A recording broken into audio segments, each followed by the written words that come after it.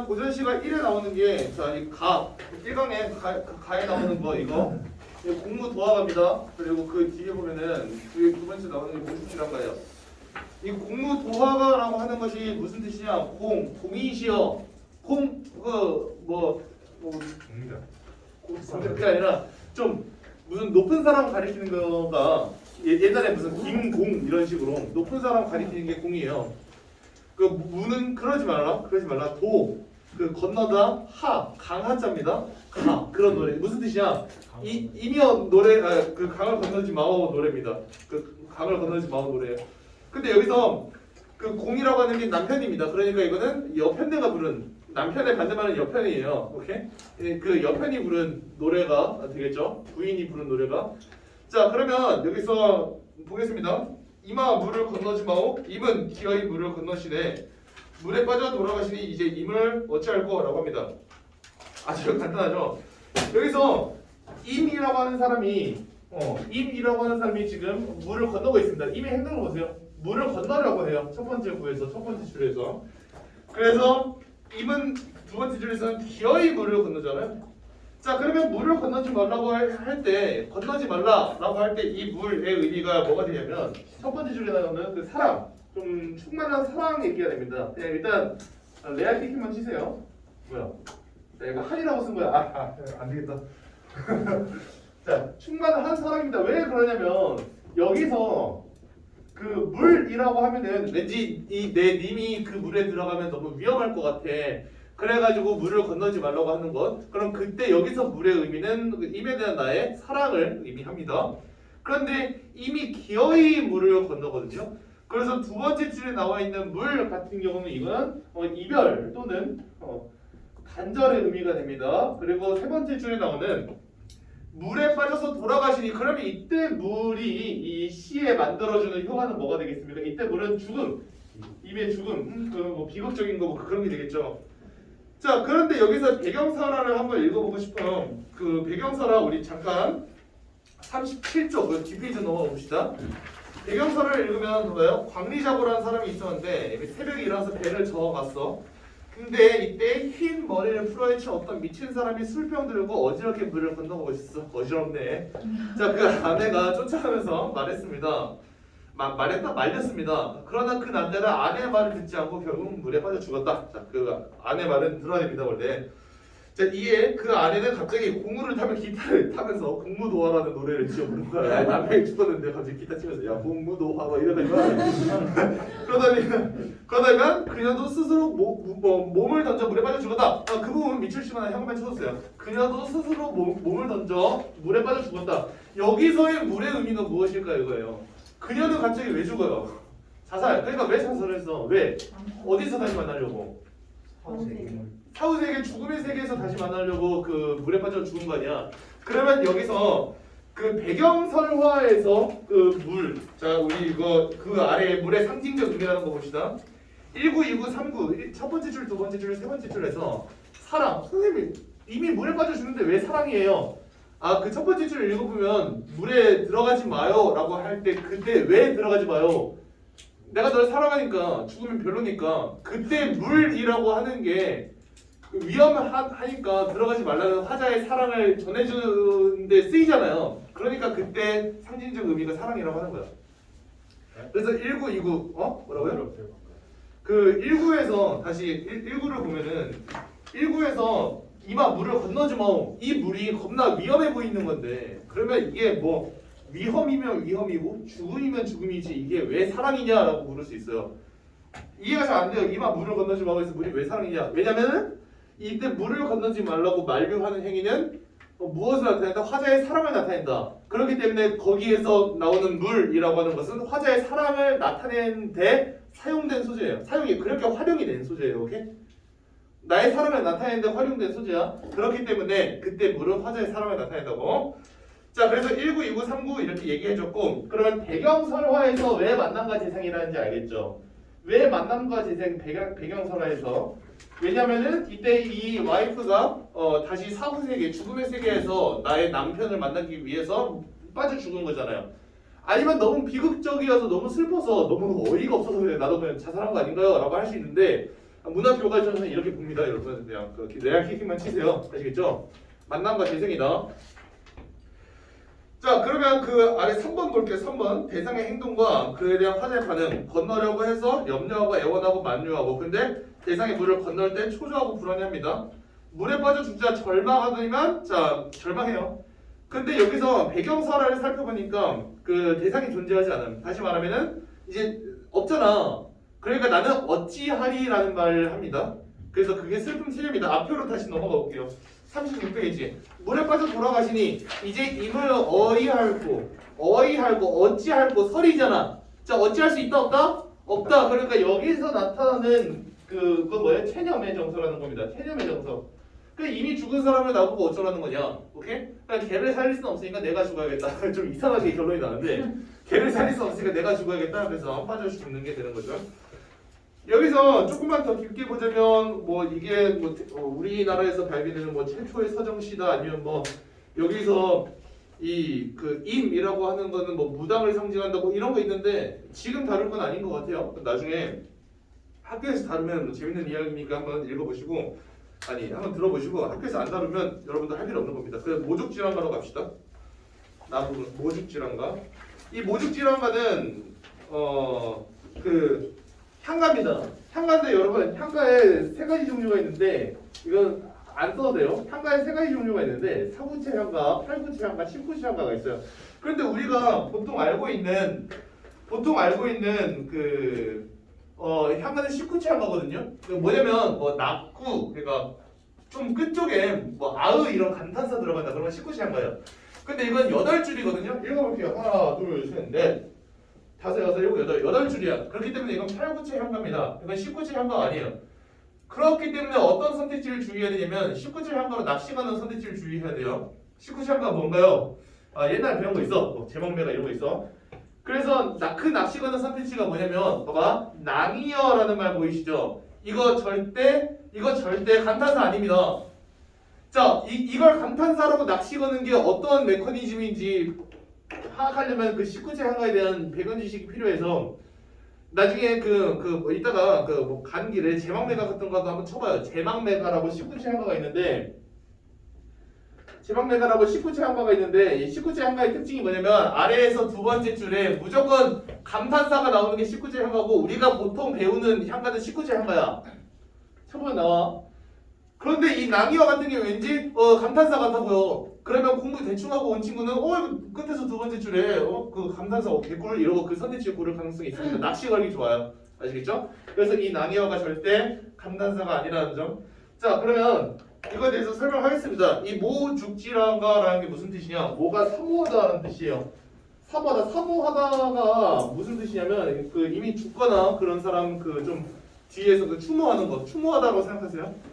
추모하다 죽지랑이 사람 이름입니다. 죽지랑이라는 그 사람 중에서도 화랑의 우두머리였습니다.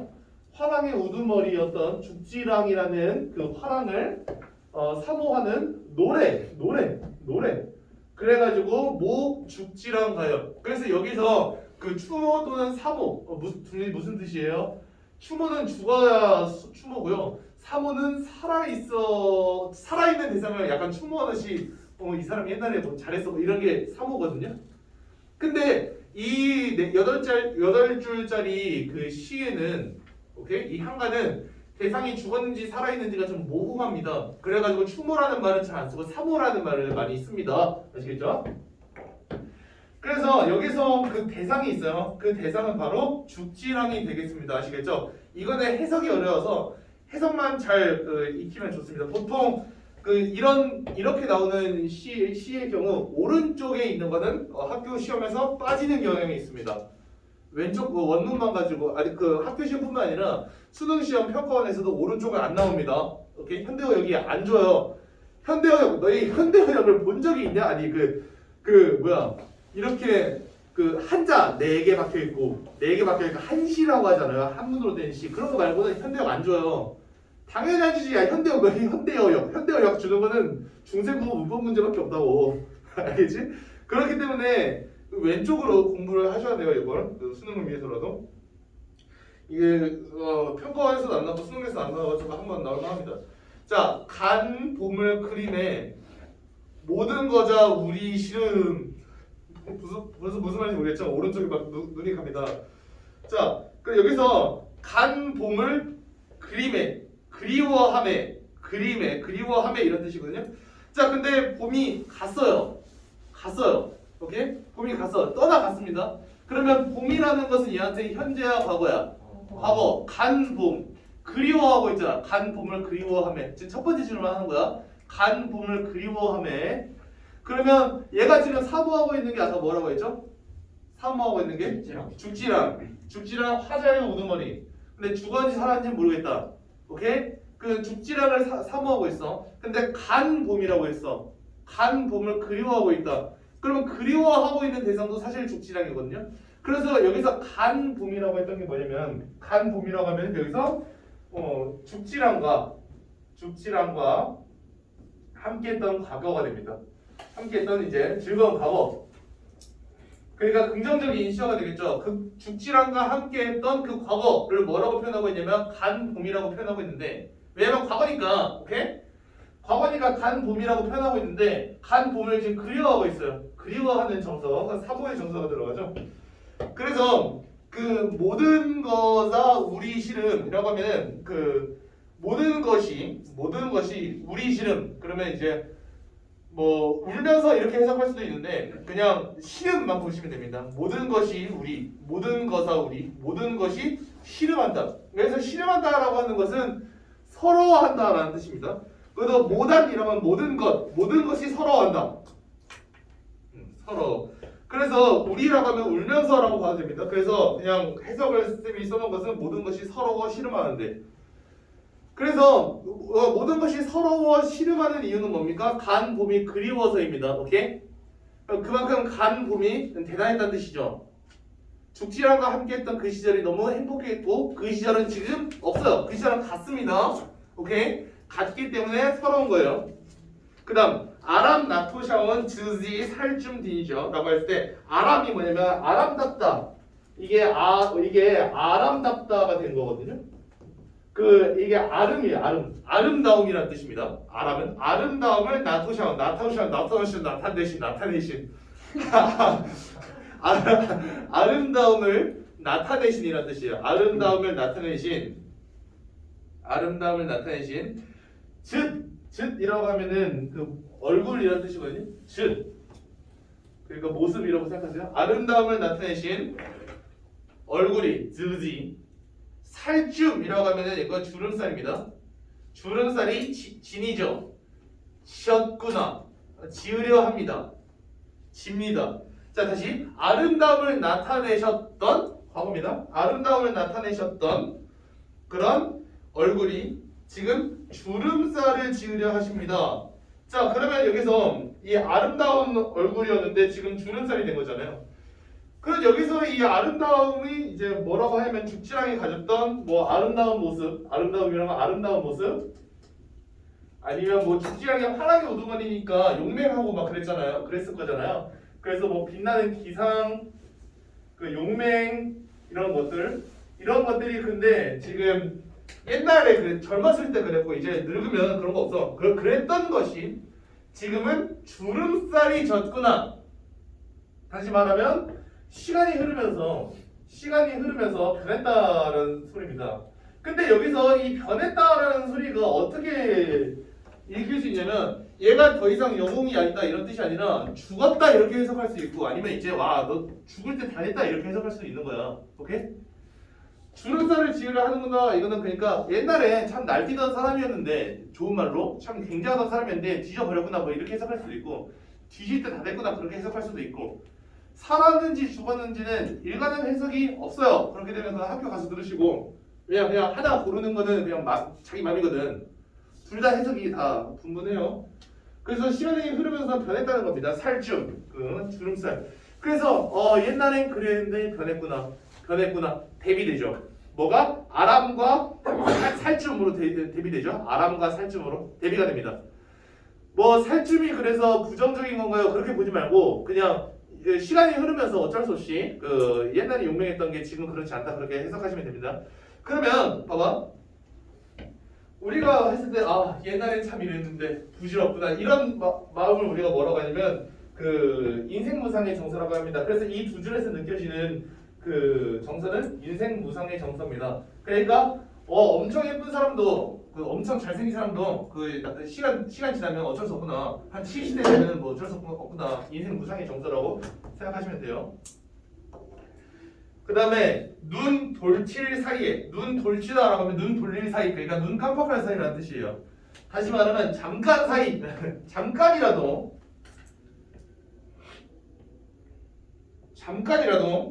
맛보기 만나다 맛보고 싶다는 뜻이 아니라 만나 뵈고 싶다 이렇게 그 초월 번역하세요. 만나 뵈고 싶다 초월 번역으로. 그러니까 여기서 그 잠깐이라도 만나보고 싶다라고 하는 것은 이거는 그 재회에 대한 소망이 되겠죠. 그렇게 두 줄. 눈 돌칠 사이에 만나보고 싶다 이거는 재회에 대한 소망. 재회에 대한 소망 이렇게 해석을 하십시오. 자 그다음 낭이어라고 하면 이제 죽지라고 부르는 거죠. 낭이어 그다음에 그리운 마음에 가는 길이 여기서 낭이어가 청자라고 하면 정신병자입니다. 여기서 청자면 듣고 있는 사람이라는 뜻이잖아. 그치? 얘가 듣고 있으면 왜 사고를 해? 그치? 그냥 걔한테 얘기하면 되지. 얘 앞에다 두고 아름다우면 살줄 뭐 이러고 있는 게 아니라 그냥 혼자서 불러보는 거예요. 오케이? 이거 좀 호명한다 이렇게 어렵게 말할 수 있는데 이름을 부른다 이렇게 어렵게 말할 수도 있지만 불러보는 겁니다. 낭이어 그릴 마자미 그릴이라고 하면 그리워하는 내가 그리운 마자에 마음의라고 해석되어 있지만 내가 그리운 마음에 내가 너를 그리워하는 마음에 녀올 길 녀다라고 하는 것은 가다라는 뜻이거든요. 그래서 가는 길이 그러니까 여기서 이런 길이 두 가지로 해석이 되는데 봐봐 얘들아 얘 어렵다 이 두 줄이 님이 살아있다고 해석할 때랑 죽었다고 해석할 때랑 달라져요 길이. 그래서 뭐 그리운 마음에 내가 가는 길 그럼 이 길이 만약에 그 입이 살아있다면 어떻게 해석이 되냐면 그 입을 만나러 가는 길입니다. 입을 만나러 가는 길 알겠죠? 뭐라고? 입을 만나러 가는 길 만약에 살아있다면 오케이? 근데 뭐 이미 죽었어 그러면은 그 뒤에 봐야죠. 그리운 마음에 가는 길이 다본 마자레 잘바 미시리 뭔 소리야 이거부터 봅시다. 자 그러면 이거 만약에 이미 죽었다면 임 없이 사는 인생의 길 뭐 이런 뜻이 되겠네요. 그러니까 이미 살아있어서 내가 임을 너무 좋아해서 임을 만나러 가는 길이라면 이 길이 임을 만나러 가는 길 그렇게 해석할 수도 있어요. 이미 죽었다면은 앞으로 내가 임 없이 사는 나의 인생의 길이 이런 뜻입니다. 그럼 그 다음에 어떻게 될까요? 다봇 마잘해 잘밤 이시림. 자 다봇이라고 하면은 다북쑥 우거진 마을. 근데 여기서 이 다북쑥 우거진 마을 이게 무슨 뜻이냐면 그 험하고 삭막한 이미지입니다. 그렇게 써보세요. 다북쑥 어두운 마을 험하고 삭막한 이미지. 내가 너 이거 이해시켜줄게. 험하고 삭막한 이미지. 험하고 삭막한 이미지입니다. 그래서 잘밤이 이시리 설법. 그래서 내가 그 마을에서 내가 가서 묵을 수 있을까 뭐 이런 뜻이잖아요. 다북수 우거진 마을이 있어. 대할 이즈 다북수 영어로 뭐야? 다북수 그 빌리지 오케이. 그거 이제 여기 어때? 펴가지고 잘 곳 있나? 이러고 있는 거야 지금. 오케이? 근데 있으리 없어. 있으리까 있겠습니까? 없다라는 소리입니다. 자 그러면 이걸 다시 해석을 하려면 앞부터 다시 봐야 되거든요. 자 가겠습니다. 이거 해석할 수 있으면 모두처럼 끝나는 거예요. 살아있는 죽었는지 몰라. 어쨌든 가서 보면 갔고 그걸 그리워하는데 모든 것이 서러워서 신음하고 있습니다. 분명히 옛날에 아름다웠고 기상이 용맹했습니다. 그래서 아름다움을 나타내셨던 주지살좀 디니셔 죽었거나 아니면 죽으려 하거나 얼굴이 주름살을 지려한다. 변했다는 거죠. 인생무상의 정서. 눈 돌칠 사이에 마포띠 지조리 여기서 만나보고 싶습니다. 잠깐이라도 만나보고 싶은 재회에 대한 소망. 너무 만나보고 싶은데 내가 살아있으면 만날 수 있고 죽었다면 만날 수 없잖아요. 그렇죠?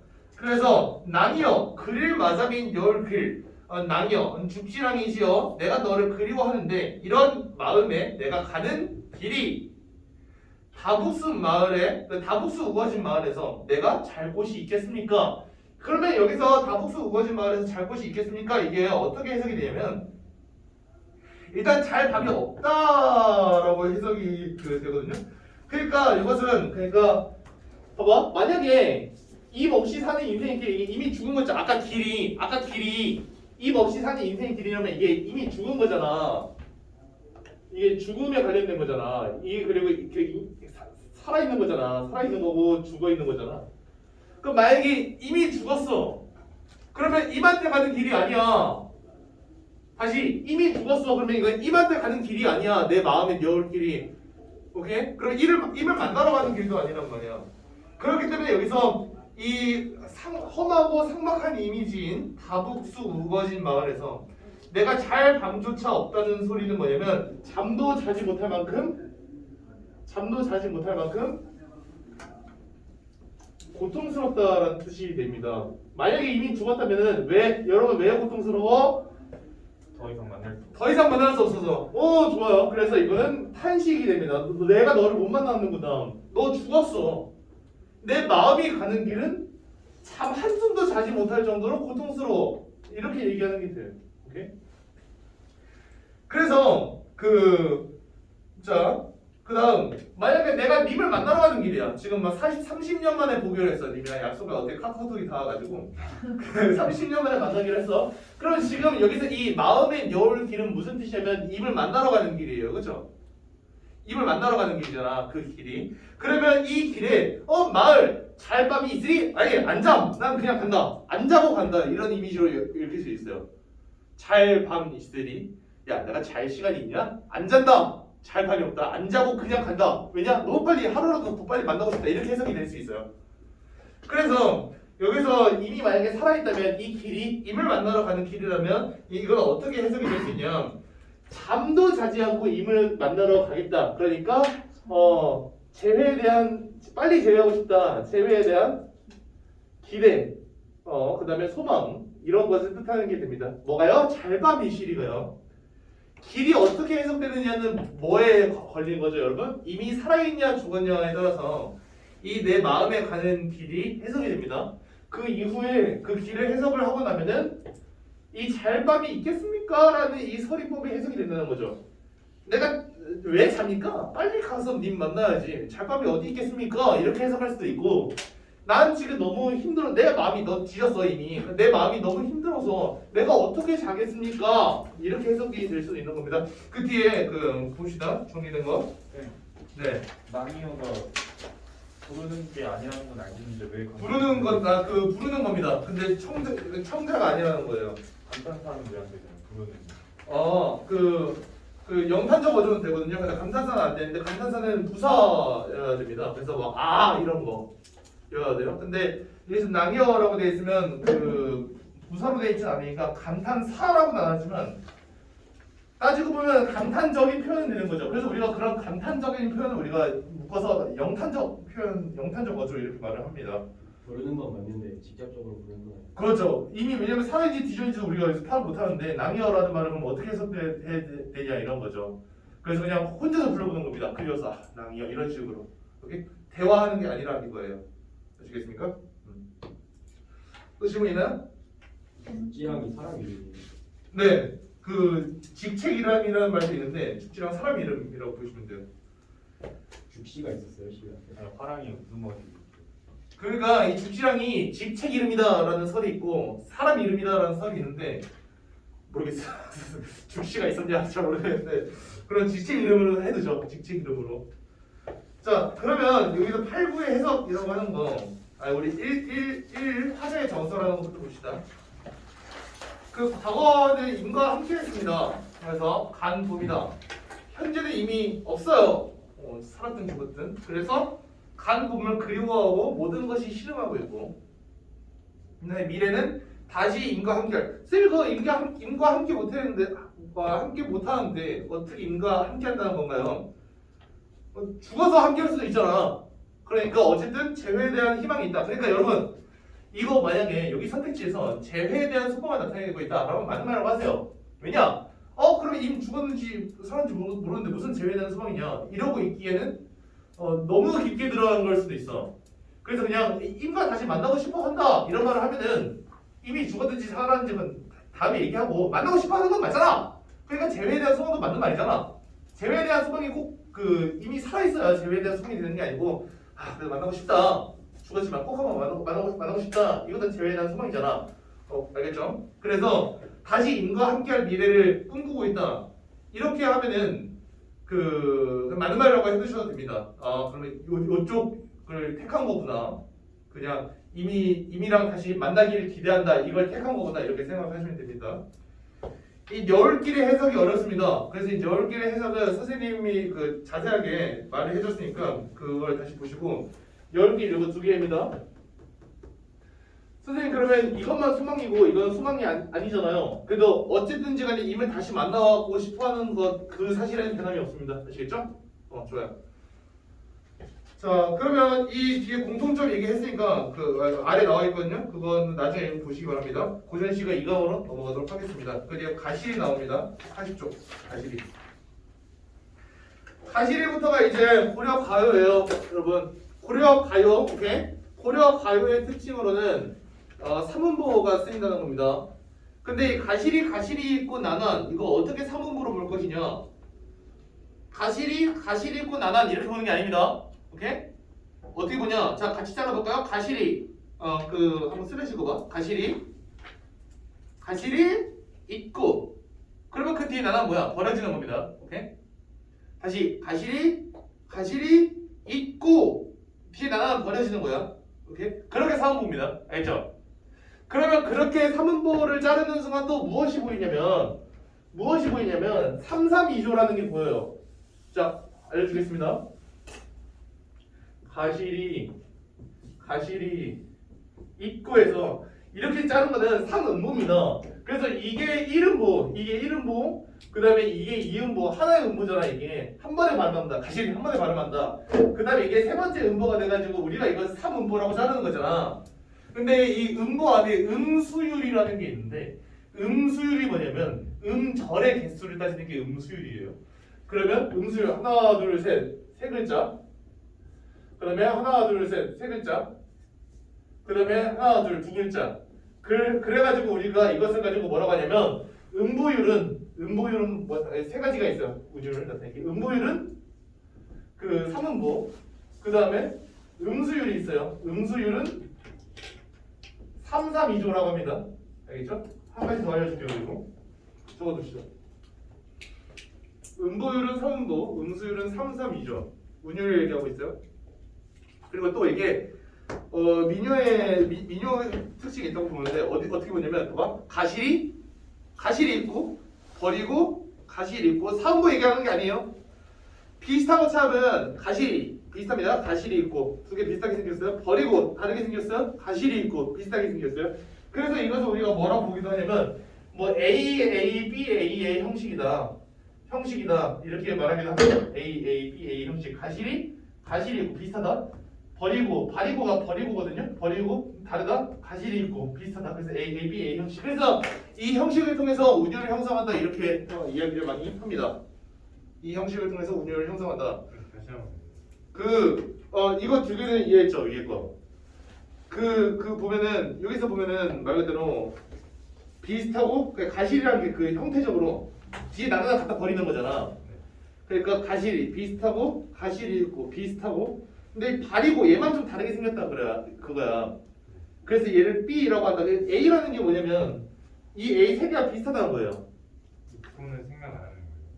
이거는 생각 안 하고 일단 좀 비슷하게 생겼으면 그래서 A 가실이 있고 B가 좀 다르게 생겼으니까 발이고 그 다음에 A 가실이 있고 이렇게 보자는 거죠. 그래서 말하자면 비슷한 어절이 반복된다 뭐 이렇게도 말할 수가 있겠네요. 알겠죠? 자 좋아요. 나단이 반복되고 있는데 여러분 이 나단이라고 하는 것은 우리가 뭐라고 부르냐면 나단이라고 하는 것은 여음구라고 많이 부릅니다. 여음구. 그 여음구 또는 여음 이렇게도 그냥 부르는데 똑같은 말입니다. 여음구나 여음이든 후렴구나 후렴이든. 자, 여음이라는 것은 그 뜻이 없다는 소리입니다. 뜻이 없어요. 그래서 여기서 위 증자가 대평성대 쓰니 대평성대의 뜻이 있잖아요. 대평성대라는 뜻이. 자, 여기서 뜻이 없다, 뜻이 있다라는 것은 어떻게 구분을 하냐면 그 글 전체의 주제와 관련이 있냐 없냐를 따지거든요. 이 글 전체의 주제는 이별에서 슬프답니다. 오케이? 근데 여기서 갑자기 태평성대, 태평성대 너무 태평천하 너무 행복해요. 임금님 잘 다스려 주셔서 감사합니다. 정신병자예요 이러면 안 그래요? 그러니까 여기서 대평성대라는 말은 전체적인 맥락과 전혀 관계가 없어요. 그렇기 때문에 이거는 그냥 뜻이 없다 이렇게 보는 겁니다. 다시 어떤 그 미국 노래에서는 오 베이비 거리는 게 진짜 내 아기 오 내 아기 잘 자라먹고 베이비 베이비 그렇게 거리는 걸 수 있어요. 그러면 그때 베이비는 뜻이 있는 베이비입니다. 근데 우리나라 노래에서 막 나얼 옛날 그 빡빡이 있잖아. 그 빡빡이 오 베이비 막 이러고 있으면 그건 진짜 아기를 뜻하는 게 아니에요. 그거 듣고 오 이 사람은 그 자신의 아기에 대한 그 절절한 그리움을 노래하고 있다. 아니거든요. 오케이? 오 베이비 그러고 있으면 그치? 그럼 그때 베이비는 뜻이 없는 베이비란 말이야. 뜻이 있는 베이비가 있고 없는 베이비가 있을 거 아니에요. 그럼 뜻이 없는 베이비는 우리가 여음이라고 한다. 여음이에요, 여음. 여기서도 보이는 게 그 대평성대 이러고 있으면 이거는 여음이 되는 겁니다. 나단도 마찬가지로 여음이에요. 근데 봐봐 얘들아, 위 증절과 대평성대라는 건 여음이야. 뜻이 없어. 뜻이 없다고 보면 돼. 뜻이 없는데 매번 반복되죠. 어디서? 그 연마다 맨 끝에서 반복되죠. 그렇죠? 그렇기 때문에 우리가 이런 것을 뭐라고 하냐? 후렴. 오케이, 잘했습니다. 후렴구라고 합니다. 자, 그러면 여기서 봐봐. 이 나단 여음구입니다. 위 증절과 대평성대 여음구입니다. 하지만 나단은 끝에서마다 반복되는 게 아니므로 후렴구가 아닙니다. 알겠죠? 나단은 그냥 여음구, 위 증절과 대평성대 후렴구의 기능까지 하는 겁니다. 좋아요. 여음구면서 후렴구죠. 왜냐면 뜻이 없으니까 여음구. 조심해야 되는 게 후렴구인데 뜻이 있는 게 있어요. 그러면 후렴구인데 여음구가 아닌 겁니다. 근데 이건 여음구이면서 후렴구인 거예요. 여기서 다루지 않았나? 그 뒤에 보면 정석가 있거든요. 42쪽 지금 펼쳐보죠. 자, 보면 후렴구를 찾아질 수 있는 게 유덕하신 임을 여의와 아와 지이다가 나와요. 근데 이것은 뜻이 있어요. 님과 이별하겠습니다. 님과 이별하겠습니다. 님과 이별하겠습니다. 뜻이 있단 말이에요. 그렇기 때문에 이 후렴구는 여음구가 아닙니다. 오케이? 근데 여기서 그 가실에 나오는 후렴구는 여음구라는 소리입니다. 오케이? 뜻이 없어야 되잖아. 좋아요. 자, 그러면 내용을 한번 봅시다. 내용을 한번 보면은 가실이고 가시겠습니까? 이거 왜 한글 뜻 안 들어가지? 미안해요. 여러분 살면서 그럴 수도 있는 거죠. 그냥 가시겠습니까? 이렇게만 쓰세요. 가시겠습니까? 가시겠습니까? 버리고 가시겠습니까?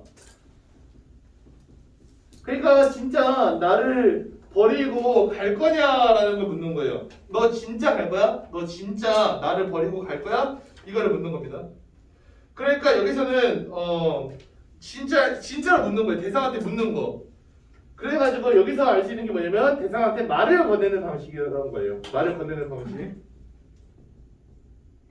알겠죠? 말을 건네는 방식. 너 진짜 갈 거야? 라고 묻는 겁니다. 그래서 뭐뭐 있고라고 하는 것은 뭐뭐 있고 이건 어떤 말을 건네고 있냐면 질문을 하고 있잖아요. 너 진짜 갈 거야? 그래서 이 질문을 통해서 얘가 나타내려고 하는 정서가 뭐냐면 슬픔이라는 원망입니다. 슬픈 목소리로 너 갈 거야? 너 갈 거야? 이런 식으로 원망의 정서를 표현한다 이거예요. 질문. 그러니까 여러분 여기서 문제를 어떻게 꼴 수 있냐면 그냥 의문형 어미의 사용을 통해 원망을 나타내고 이런 식으로 볼 수도 있어요.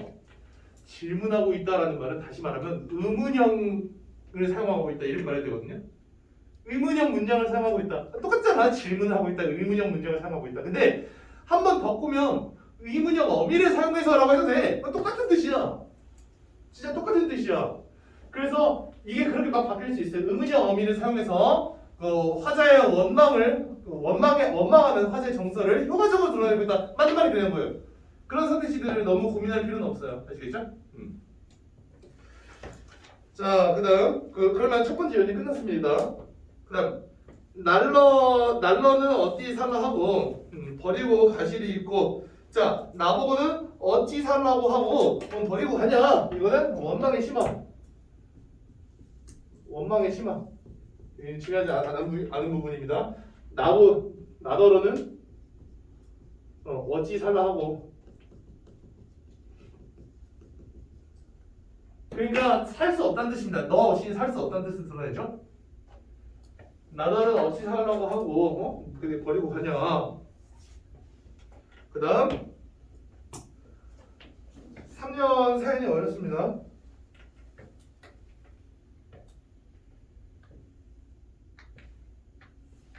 자 3년에서 잡사와 두어리 바나나 이거 잡사와 두어리 바나나는 무슨 뜻이냐면 이건 중요한데 잡아두고 싶지만 이란 뜻입니다. 잡아두고 싶지만 잡사와 두어리 바나나 잡아두고 싶지만 이거는 그러니까 누구의 정서냐면 화자의 정서예요. 화자의 정서.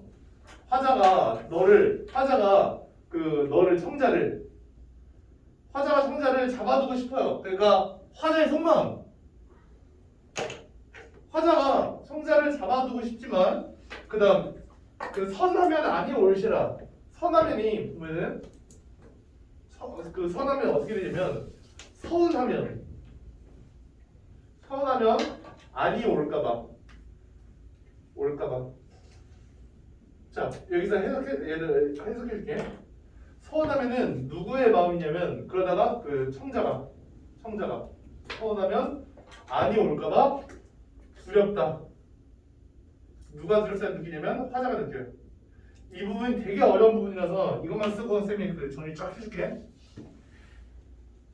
잡사 두어리 바나나 선하면 아니 올시라. 무슨 뜻인지 하고 잡아두고 싶지만 서운하면 아니 올까봐. 표면적인 뜻은 그거밖에 없어요. 잡아두고 싶지만 서운하면 아니 올까봐. 근데 생각을 해보자면 잡아두고 싶지만 이거는 누구의 내면 목소리냐면 화자의 내면 목소리야. 지금 너가 떠나려고 하고 있어. 그래서 내가 너한테 묻고 있어. 가시겠습니까? 하면서 묻고 있어요. 오케이? 근데 계속 가려고 하잖아. 내 마음으로는 이걸 잡아두고 싶다고. 오케이? 너무 잡아두고 싶은데 서운하면 도대체 무슨 뜻이야? 잡는 게 도대체 왜 서운하냐? 질린다. 그냥 우리말로 하면 질릴까봐. 내가 너무 찌질하게 잡으면 얘가 질려버릴까봐. 질리면은 한 이틀 있다가 원래 다시 올 거. 아 질려. 지긋지긋해. 너랑 평생 아웃이야. 이렇게 얘가 여길까봐. 오케이? 그러니까 이렇게 이해를 돕기 위해서 이렇게 생각해 볼 수도 있어. 그러니까 완전한 이별이 아니라 얘가 또 놀러 나가는 거야. 남편이랑 이제 결혼을 했는데 이 신혼 2주밖에 안 되는데 막 밤마다 PC방을 가. 오케이? 그래가지고 남편이 그래서 그 여자가 얘기하는 거야. 와이프가 좀 오늘 좀 집에 있어. 계속 이렇게 얘기하다가 계속 집에 있어 막 그러면은 남자가 빡쳐가지고 아이씨 뭐 이럴까봐 무서워서 그래 갔다 와 이렇게 되는 그런 상황이라고 생각하세요. 아시겠죠? 그럼 이거 어떻게 된다고? 잡아두고 싶지만 내가 너무 잡아가지고 얘가 서운하면 질려버리면 나한테 서운함을 느끼면 다시는 아니 올까봐. 여기서 리을 쉐라라는 어미가 보이죠? 쉐라라고 해도 되는데요. 이 쉐라라는 어미가 우리말로 하면 까바인데 이게 무슨 뜻이냐면 이 어미가 두려움을 나타내는 어미예요. 두려움을 나타내는 어미. 그러니까 뭐뭐 까봐. 우리말도 두려움이잖아요. 뭐뭐 할까봐. 야, 너 그렇게 나가면 차에 치일까봐 그랬어. 무슨 뜻이야? 차에 치일까봐 걱정해서 두려워서 그랬어. 그런 뜻이잖아. 그래서 여기서 올까봐 쉐라, 리얼 쉐라 두려움을 나타냅니다. 그래서 이런 것 때문에 서러운 님을 보내오더니 자, 그럼 봐봐. 잡사 두어리 바나나 선하면 아니 올시라. 선하면 아니 올까봐 서러운 님을 보내옵나니 결국 님을 보내요. 그렇죠? 님을 보내요. 그러면 님을 보내는 이유가 3년인 거야. 다시 사연에서 님을 보냅니다. 서러운 님을 내가 보내드립니다. 잘 가 하는 거야. 근데 잘 가라고 빠이빠이 하는 이유가 뭐야? 잡고 싶지만 너무 잡으면 안 올까봐 두려워서. 그러면 3년은 사연에 뭐가 된다? 이유가 됩니다. 자 이렇게 3년은 사연의 이유가 됩니다. 3년 이 두 줄은 사연의 이유가 돼요. 안 올까봐 두려워서. 그럼 혈원은 무슨 뜻이냐? 서러워하는 이런 뜻입니다. 아니면 서러운 이렇게 해석할 수 있어요. 서러운 님을 보내옵나니 나는 가시는 듯 도셔오셔서 그러니까 가시는 듯 돌아오소서라는 뜻입니다. 그러니까 가시는 듯 돌아와라고 하면은 약간 빨리 와 이런 뜻이잖아요. 그러니까 가시는 듯 돌아오셔서는 그 재회에 대한 소망이 드러납니다. 돌아오셔서 다시 돌아오세요. 그러니까 가지 말라는 소리가 아니야. 가는 척하고 돌아와가 아닙니다. 간 듯 말 듯하게 빨리 돌아오라는 소리야. 그러니까 가지 말라는 소리가 아니야. 보내드립니다. 이렇게 발송해드렸습니다. 고객님이라고 지금. 그러니까 미안합니다. 그 가는 듯 빨리 그 돌아와. 그럼 여기서 중요한 게 뭐냐면 보내옵나니보다 더 중요한 게 있어요. 셔론의 해석이 문제가 됩니다. 이번에는 서러운이 무슨 뜻이냐면 셔론이 무슨 뜻이냐면 서러운이라고 했잖아요. 그런데 이 셔론이 그 셔론을 느끼는 감정의 주체가 누구냐에 따라서 해석이 좀 달라요. 그러니까 여기서는 서러워하는 님이나 임이나 아니면 내가 서러운 이렇게 두 개로 해석이 됩니다. 그러니까 임이 서러워하고 있어. 그러니까 임도 가고 싶지 않은데 억지로 가는 상황일 수도 있죠. 뭐 출장이 나다든지 아니면 전쟁이 나는데 징집이 됐다든지 옛날이잖아. 옛날 그치? 전쟁이 나는데 징집이 됐다든지 그래 시대면은 그 원나라 몽고가 막 쳐들어왔을 거라고. 아, 그래요? 자, 그래서 우리나라도 막 그 삼별초 항쟁하고 있는데 삼별초 맞나? 삼별초 조선인가? 그래 맞아. 다행이다. 삼별초 항쟁하고 있는데 그 이미 징집당에 있을 수도 있죠. 그래서 뭐 끝까지 가지 말라고 할 수도 없는 노릇이고 국가의 부름을 받고 지금 4다1로 이러고 가는 쭉 빼고 가는데 안 그래요? 그런데 그러니까 임도 서러워할 수도 있고 아니면 이게 그냥 개인적인 이별이라고 생각해봐. 얘가 바람이 났어. 그러면 나만 서러울 수도 있고 이렇게 두 가지로 해석이 된다는 겁니다. 자, 그 뒤에 한번 넘겨봅시다. 넘겨보면은 운율 형성 방법 이거 네 가지입니다. 세 가지는 미리 알려줬어요. 3, 3인주의 음수율이 있고 그 다음에 3분부의 음수율이 있고 A, B, A 구조가 있고 그 다음에 영과 영 구의 반복이 있다.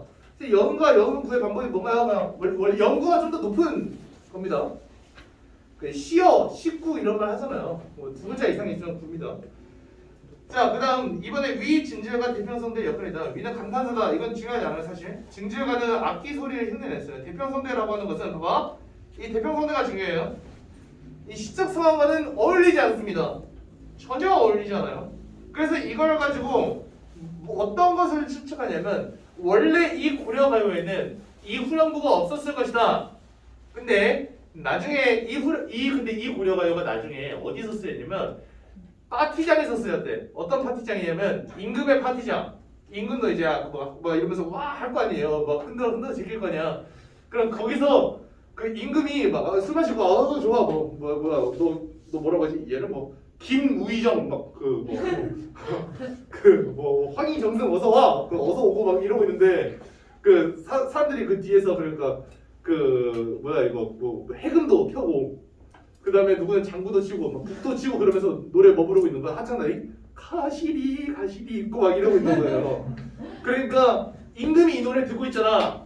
그러니까 템포를 올려야 돼. 약간 좀 임금이 기분 좋게 해야 돼. 그래서 뭘 넣어줘? 위인진들과 대평성대 막 이거 넣어주는 거야. 그래서 임금이 듣고 좋아 지금은 대평성대지 이러는 겁니다. 진짜예요. 진짜 있는 이론이거든요. 그래서 이 시적 사업과 너무 어울리지 않으니까 나중에 추가된 것이 아닌가, 첨가된 것이 아닌가, 궁중악으로 편입되는 과정에서 추가된 것이 아닌가 이런 얘기를 합니다. 아시겠죠?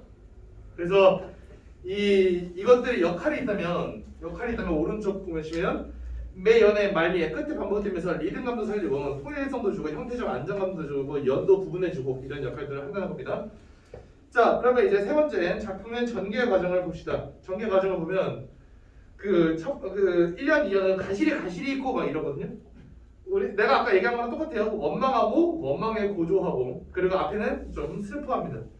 그러다가 뒷부분을 가면 이제 보내드립니다. 어서 가세요 하거든요. 그러니까 그 부분이 이별의 수용이라는 거예요. 보면은 그래서 입의 반응을 염려하면 이별을 수용한 무슨 뜻이야? 선하면 아니 올시라잖아. 그리고 자신이 바라는 행동을 임한테 당부하면서 소망을 표현한다. 다시 이게 뭐냐면 가시는 듯 도셔오셔. 그러면서 그 이별을 수용하는 태도가 드러난다는 겁니다. 아시겠죠? 그 뒤에 특징 정리도 꼭 다 읽어보시기 바라겠습니다. 좋아요. 정석가를 하고 싶어요. 정석가를 하고 싶은데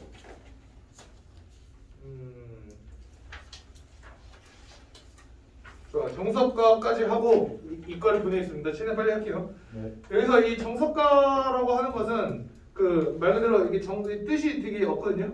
그 정석은 안 적으셔도 돼요. 징 치는 거, 징이랑 돌 그 노래라는 뜻이거든요. 징과 돌 노래. 자 여기서 중요한 게 뭐냐면 2연, 3연, 4연이 비슷하게 생겼어요. 그죠? 쌤 그런가요? 아 보면은 그 유덕하신님을 여의와지다가 똑같이 생겼잖아. 그리고 2연에 보면은 똑같은 게 두 줄씩 반복돼 있어요. 삭삭기 생활의 벼랑이나 그 나단 오타 났네. 그 나단 그 아래가 들어가야 되는데 어쨌든 그 두 줄씩 반복돼 있어.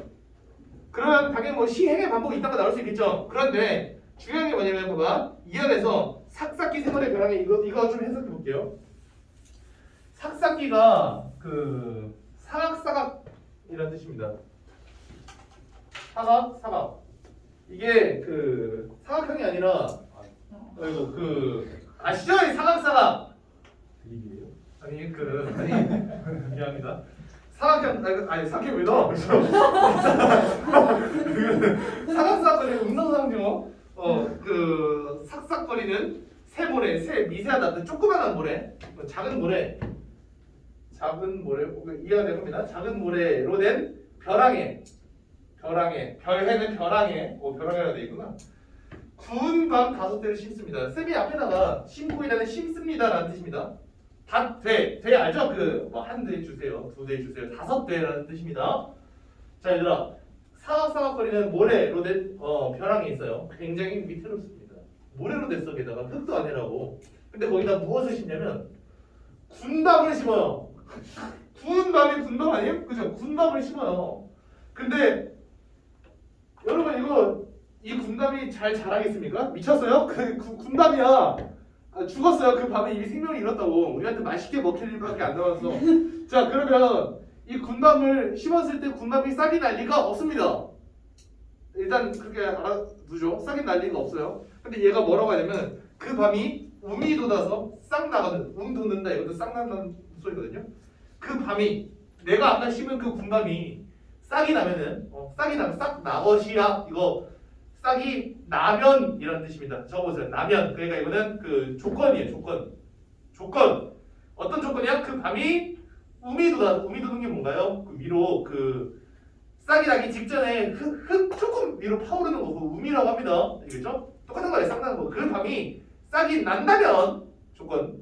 그 밤이 싹이 난다면 유덕하신 님을 여의와지다. 유덕하다라고 하는 것은 내가 덕이 있는, 내가 좀 예쁜 뭐 그 덕이 있는 이런 뜻을 해석하면 됩니다.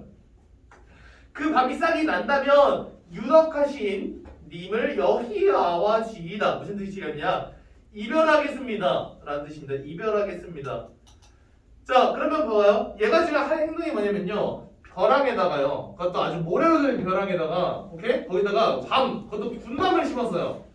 근데 그 군밤이 싹이 나야 님과 이별하겠대요. 그럼 결국 이별 안 한다는 소리거든요. 이게 무슨 소리냐? 어떤 친구가 나한테 와가지고 야 나 5만 원만 빌려줘 내일 모레 이렇게 말합니다. 그럼 내가 말하는 거지. 내일 내가 로또 당첨되면 10만 원 빌려드리 이렇게 말하는 거예요. 안 빌려준다는 소리잖아요. 안 그래요? 안 빌려준다는 소리잖아. 똑같은 거야. 야 이별하자 라고 누가 말했다? 그러면 그래? 삭삭기 세모래 별해 구운 마음 5대 알지? 그 싹 나면은 여의와지다 이런 겁니다.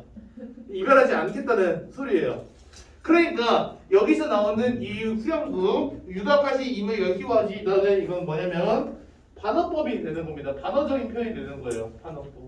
반어법이 쓰여가지고 임과 이별하지 않겠다는 절대 어떤 일이 있어도 임과 이별하지 않겠다는 의지가 되는 겁니다. 않겠다는 의지. 단어법이 아니라 역설법이라고 하면 역설적 상황이라고 하는데 역설법은 되지 않아요. 그러니까 좋은 질문인데 이 연 전체가 역설적 상황입니다. 그럼 그건 또 무슨 뜻이냐? 역설적 상황은 말이 안 되는 상황을 역설적 상황이라고 하거든요. 근데 역설법이라고 하면 다른 표현이에요. 역설표현이라고 하면 다른 표현이에요. 그러니까 역설적 표현은 가능한데 역설 표현은 안 돼요. 아 이게 무슨 말이냐면 그냥 그거랑 똑같아. 관형사는 아니고 관형어 이거랑 똑같은 뜻이야. 역설이라고 하는 것은 또 다른 그게 있잖아. 그 키 작은 거인 이런 것처럼 모순 형용이라고 해서 그 꾸며주는 말이랑 꾸밈을 받는 말이랑 두 개가 안 어울리는 것을 그 역설법이라고 해요. 그러니까 그 용어는 피해야 돼.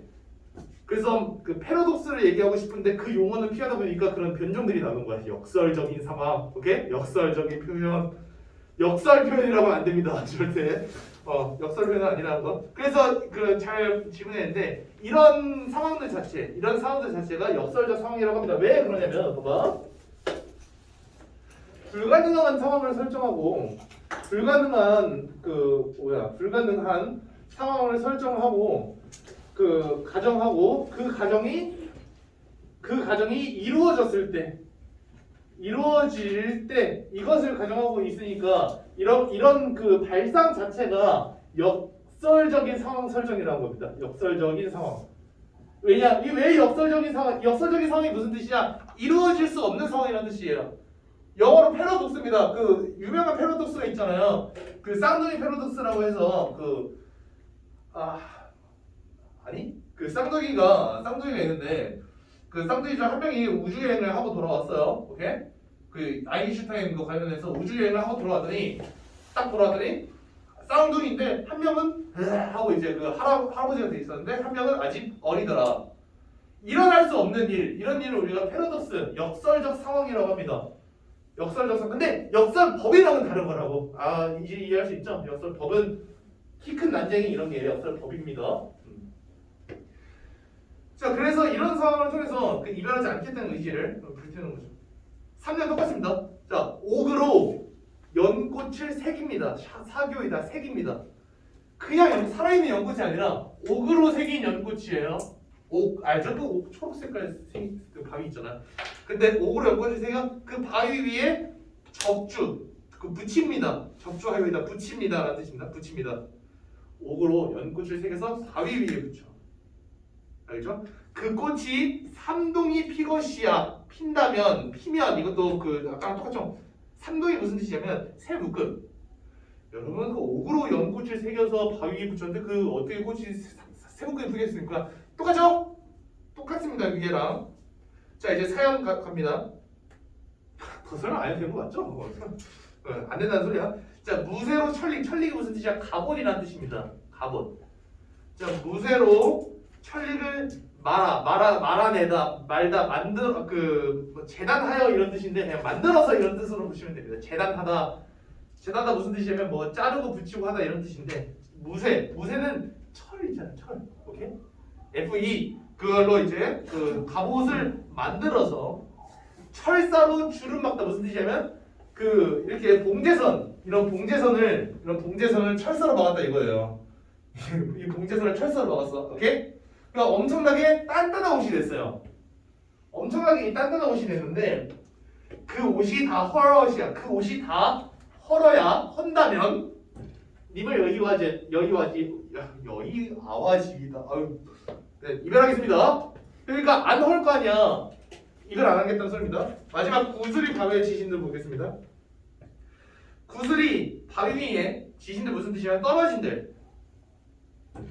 구슬이 바위에 떨어진들. 끈이 있다 무슨 뜻이냐면 끈이야.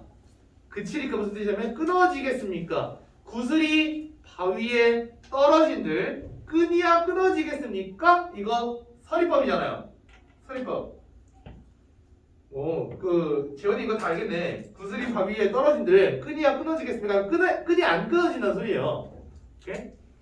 그 다음 그 아래 비슷한 상황 나옵니다. 즈문해. 즈문 천이라는 뜻입니다. 천년을 외롭게 여신들 지낸들 천년을 외롭게 지낸들 시있다는 그칠이 아까 이거 무슨 뜻이냐면 그 믿음이야 끊어지겠습니까? 믿음이야 끊어지겠습니까? 그러니까 이 갑자기 유견이 무슨 소리인지 자, 그 뒤에 한번 넘어가 보도록 하겠습니다. 도대체 유견이 무슨 소리야? 자 유견의 구조와 표현 보세요. 봐봐. 구슬이 바위에 떨어졌을 때, 구슬이 바위에 떨어졌을 때 이 구슬은 그 두 객체라고 생각해보자. 객체 원, 유닛 1, 유닛 2, 오케이?